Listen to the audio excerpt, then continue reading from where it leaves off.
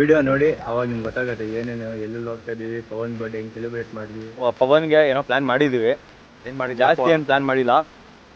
ಬರ್ಡೇಗೆ ಏನು ಮಾಡ್ತಾರ ಅದು ಮಕ್ಕಳು ಮಾಡ್ತೀವಿ.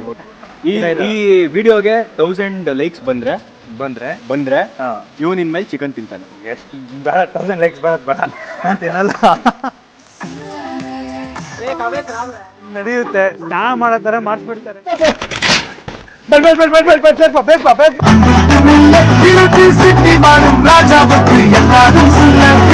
ಹುಲಿ ತರ ಕಾಣಿಸ್ತೀರಾ, ಏನೋ ಒಂದು ಸಕಲಾಗಿ ಕಾಣಿಸ್ತೀರಾ, ಅದು ಹಾಕೊಳ್ಳಿ.